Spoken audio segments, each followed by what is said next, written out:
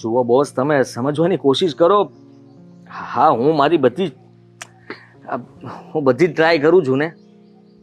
તમે શું કામ ચિંતા કરો છો? ઉપર તમારે પણ જવાબ આપવાનો છે, મને ખબર છે, પણ તમારું કામ થઈ જશે પછી કઈ. અરે મને આજના દિવસની અંદર હું તમારું કામ કરી નાખીશ. ઠીક છે, હું આજે જ મારા ઘરેથી નીકળી જાઉં છું અને બહાર આવું છું. હા, સારું, ચાલો. હા, શું જોવે છે? લે ફોન રાખ. હું એમ કહેતી હતી કે આ તમે 6-7 મહિના પહેલા કોઈ સાથે વાતો કરતા હતા? 6-7 મહિના પહેલા વાતો? હા. શેની વાતો?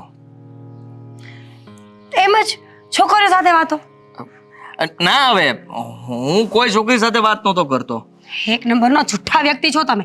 કયું મને દામિનીએ કે તમારે પહેલા પણ કોઈ ગર્લફ્રેન્ડ હતી અને અત્યારે પણ કોઈ સાથે વાતો કરો છો. અને હું બિચારી આખો દિવસ ફોનની વેઇટ કર્યા કરું. હા, ગર્લફ્રેન્ડ હતી અને અત્યારે પણ છે જ. પણ તો હું કોણ છું? તું પણ છે જ.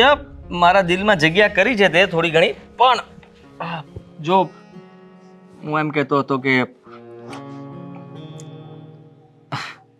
સાચું કહી દઉં? હા, જલ્દી કહી દો, ઘરે જવું છે, મોડું થાય છે. તો દામિની તને ખોટું બોલી રહી હતી. એટલે એને ગમતું નથી કે એની બેનપણી મતલબ કે એના ભાઈ સાથે પ્રેમ કરે, પ્રેમથી રહે, એટલા માટે જુઠ્ઠું બોલે છે. તેને બધું કહી તો નથી દીધું ને આપણા બંનેની વાત? હું તો બહુ જ હોશિયાર છું. હું કોઈ દિવસ કોઈને કઈ વાત ના કરું. અચ્છા? દામિની મારી બેસ્ટ ફ્રેન્ડ છે ને, પણ મેં એને કઈ નથી કહ્યું. યસ, તે નથી કહ્યું એટલા માટે તે એવું કરે છે કે તું મારા વિશે પૂછે, જાણે તો એને કહેવા થાય ને કે મારો ભાઈ તો છે ને એની બહુ ગર્લફ્રેન્ડ હતી અને એમ પણ હાલતા ચાલતા છોકરીઓ સાથે અફેર હોય છે એના. પણ એવું કંઈ નથી. હું એકદમ સીધો સાદો માણસ છું. હંમેશા ઘરનું વિચારું છું, ઘર માટે જ કરું છું જે કંઈ પણ કરું છું એ.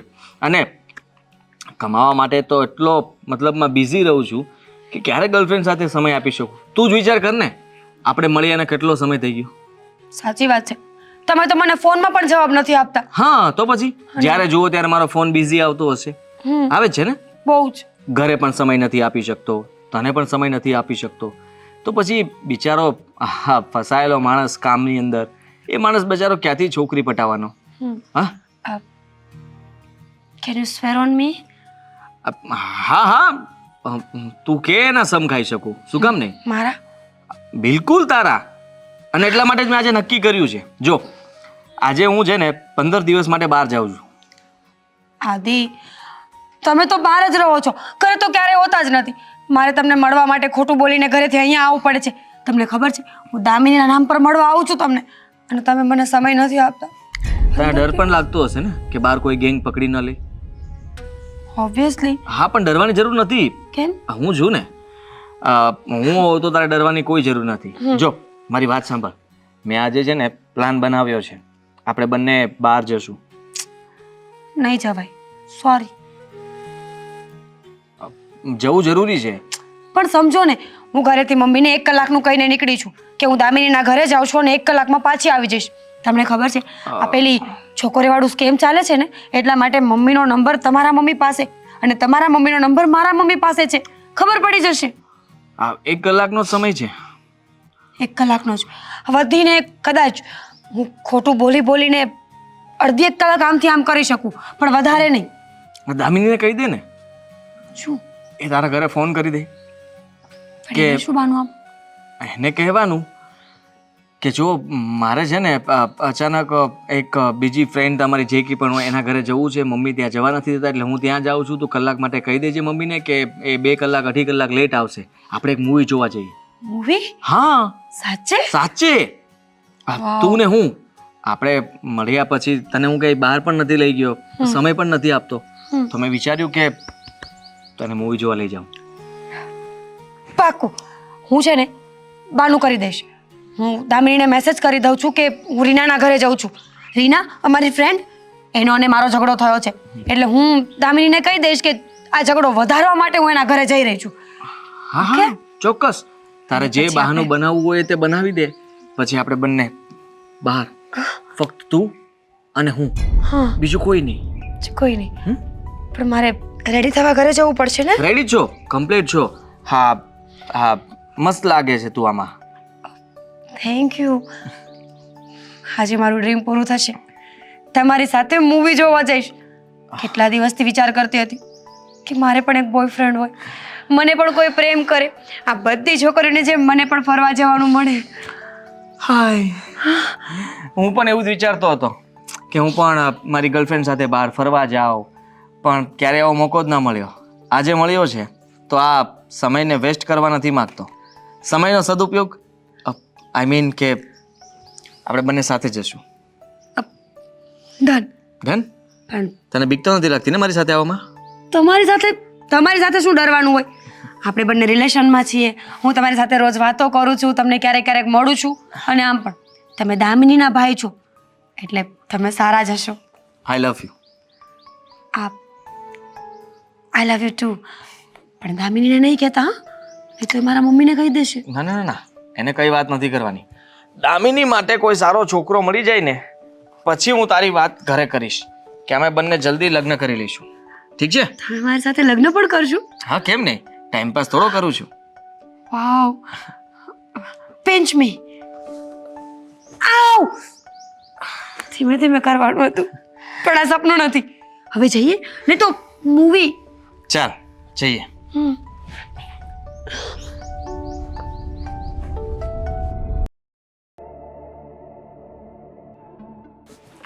તે કામ તો થઈ ગયું છે ને એમનું? હા હા, પછી શું છે?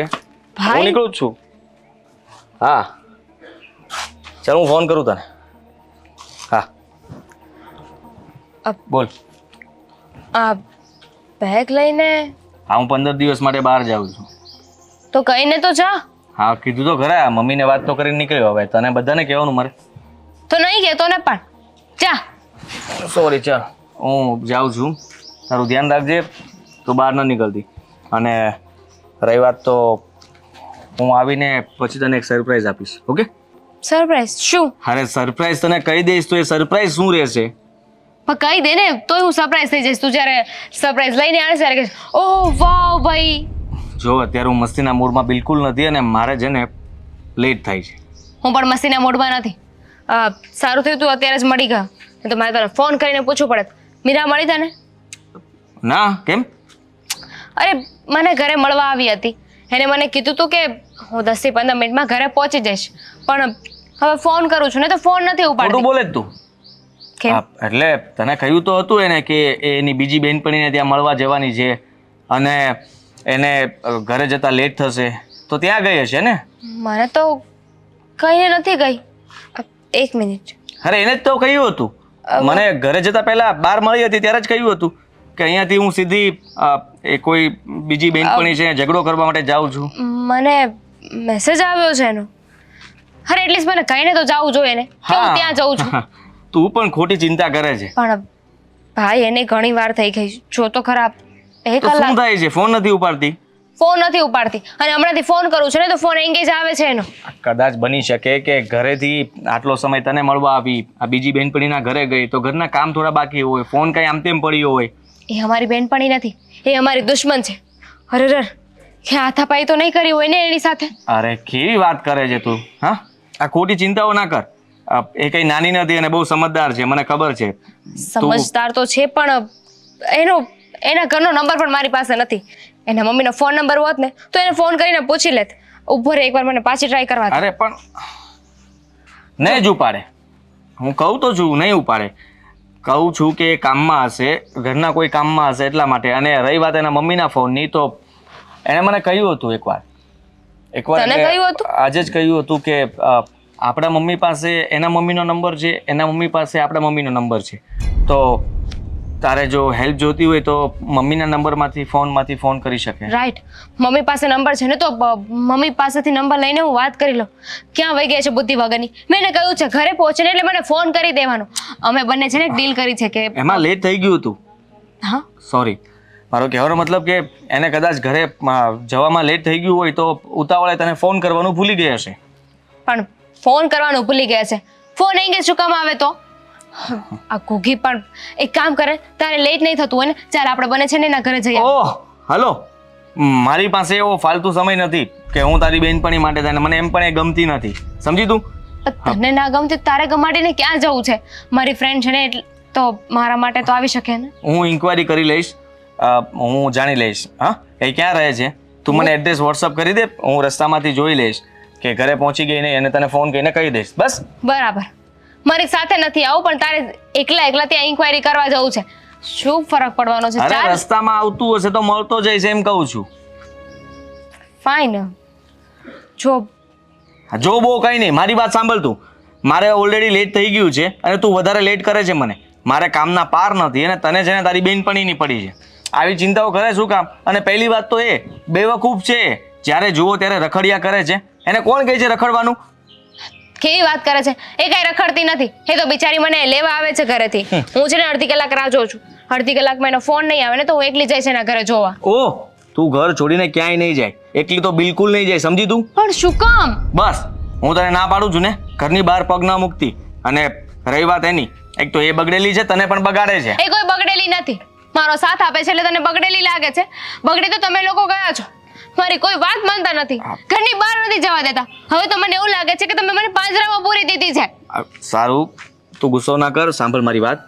તું મમ્મીના ફોનમાંથી ફોન કરીને જાણી લે અને પૂછી લે કે ઘરે આવી ગઈ કે નહીં, ઠીક છે? હા, હું ફોન કરી દઉં છું.